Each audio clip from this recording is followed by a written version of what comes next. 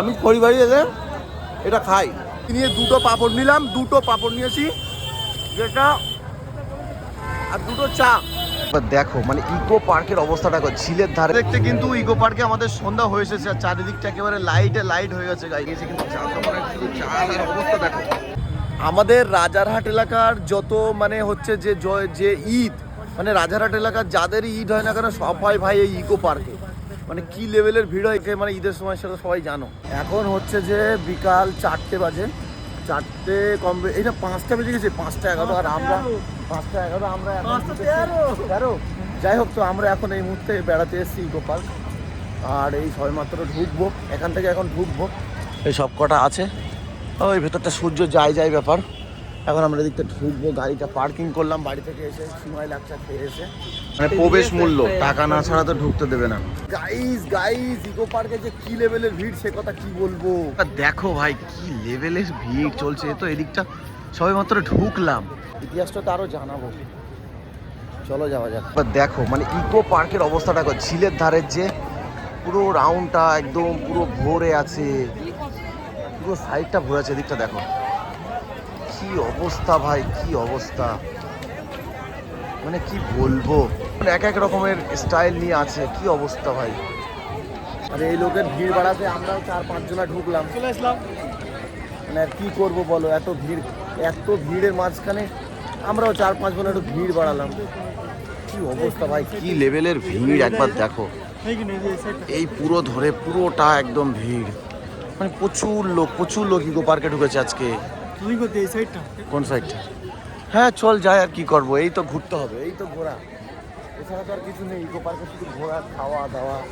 এদিকে গ্রাম বাংলা, আমরা গ্রাম বাংলা থেকে এসে আর গ্রাম বাংলার ভেতর ঢুকবো না, একটু ওয়েস্টার্ন কালেকশন দেখবো যে কি আছে, এসে কি আর দেখাবো। সবাই কম বেশি দেখার আছে, সবাই কম বেশি আমাদের পশ্চিমবাংলার সবাই কম বেশি দেখেছে ইকো পার্কে। তবে ঈদের দিন যে এত লেভেলের ভিড় হয় গাইজ, এইটা কেউ দেখেনি এখনো।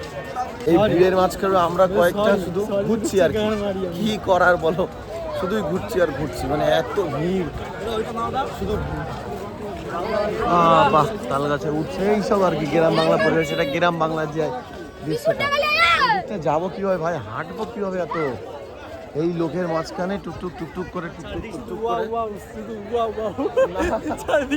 মানে মাথা খারাপ ব্যাপার দেখতে। কিন্তু ইকো পার্কে আমাদের সন্ধ্যা হয়ে এসেছে আর চারিদিকটা একেবারে লাইটে লাইট হয়ে গেছে গাইস।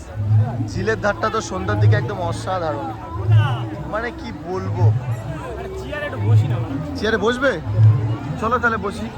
তো ইকো পার্কে তোমরা সকলেই জানো যে মানে সন্ধ্যার পরে একটা সুন্দর লাগে, লাইটিং এর যে ব্যাপারটা সত্যি অসাধারণ লাগছে। আর ওই দেখো ঈদের চাঁদ কিন্তু গতকাল বৃষ্টির কারণে দেখা যায়নি, কিন্তু আজকে দেখা গেছে। এই সেই দেখো ঈদের চাঁদ, গতকাল কিন্তু দেখা যায়নি বৃষ্টির কারণে। আর আকাশটা ওইদিকে একদম দুর্দান্ত লাগছে কিন্তু গাইস।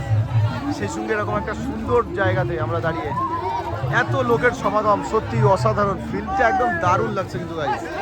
এই ঘুরতে আমরা একেবারে হয়ে গেছি, মানে ভীষণ পা প্রচুর ব্যথা। এখন আমরা এখানে একটু রেস্ট নেবো বসে, ঠিক আছে, তারপরে আবার যাব। মানে এই তো ইকো পার্কের মজা, ঘুরতে এই সুন্দর একটা জায়গা, মানে অসাধারণ গাইস, ওয়াও কি আর বলবো। চলো, এত লোকের মাঝখানে কিন্তু বেশ দারুণ লাগছে। আমরা এদিকে বসে রেস্ট নিচ্ছি, তাও এখনো শেষ করতে পারছি না, পায়ের অবস্থা খুবই খারাপ।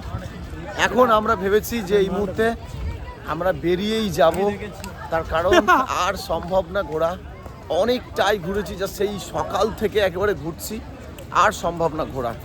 তো আমার মনে হয় যাই আমরা এবার বাড়িতে ফিরে যাই, আবার আমাদের বাইক যেখানে আছে সেখানে গিয়ে সেখান থেকে এবার একটু আমরা যেখানে যাব, আমাদের বাড়ির পাশে খড়িবাড়ি তোমরা অনেকেই জানো বা গেছো। খড়িবাড়ি একটা জনপ্রিয় জায়গা, যেখানে এখন প্রচুর ভিড় আছে, ওখানে যাবো, ওখানে গিয়ে দেখাচ্ছি তোমাদের কত দারুণ।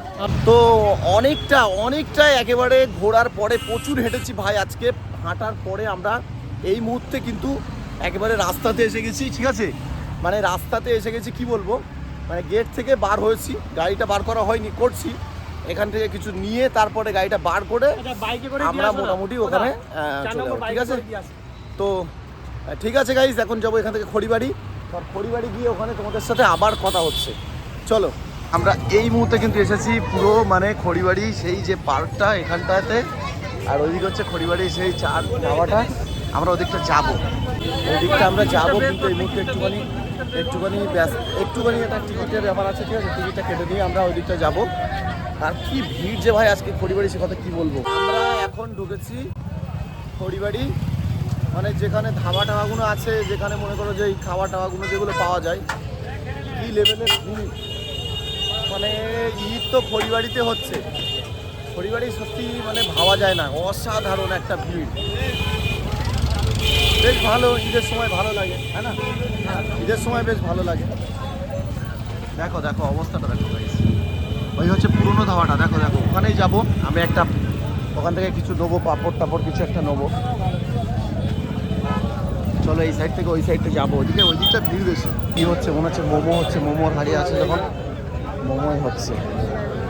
বাবা এই তো ভিড়, চলো যাই গাইস। এই হচ্ছে কিন্তু সেই পাপড়। বন্ধু একটু বেশি করে চাটনি দিয়ে দেবে তো, চাটনি। হ্যাঁ চাটনি দিয়ে দেবে, 3টে দাও, 3টে। কত? 10 টাকা করে? এই নাও গাইস, এই সেই কিন্তু পাপড়, ঠিক আছে? আমার তো খেতে দারুণ লাগে, অসাধারণ সেই পাপড়। চলো খাবো। না না একটা, এ বন্ধু একটুখানি একটা থাক, দুটো দাও, দুটো একটা পরে নিচ্ছি। যদি একটু চাটনি দিয়ে দাও, চাটনি দিয়ে দাও। হ্যাঁ গাইস, চাটনি থেকে কিন্তু খেতে খুব ভালো লাগে, বেশি করে দিয়ে দাও। হ্যাঁ ভাই, বাহ গাইস বাহ, এই সেই চাটনিওয়ালা পাপড়। চলো খাই, খড়িবাড়ির ভাইরাল। ওদিকে চা, এটাই হচ্ছে সেই পুরোনো ধাবা গাইস। এই কিন্তু সেই পাপড়, যেটা এখন খাচ্ছি, জানি না। মুখের দিকে নিয়ে, মুখের দিকে, দারুণ দারুণ। এই পুরোনো ধাবা এগুলো সত্যি অসাধারণ। আমি এখানে আসলে এটা মিস করি না। আমি খড়িবাড়ি এলে এটা খাই। দেখো একবার চার দোকানে মানে কি রকম লাগে। আমরা একটা চা নিলাম আর কি, একটা চা নিয়েছি, কিন্তু চার দোকানে শুধু চালার অবস্থা দেখো। আরে ভাই, চালার হাত কি স্পিডে চলছে একবার ভাবো।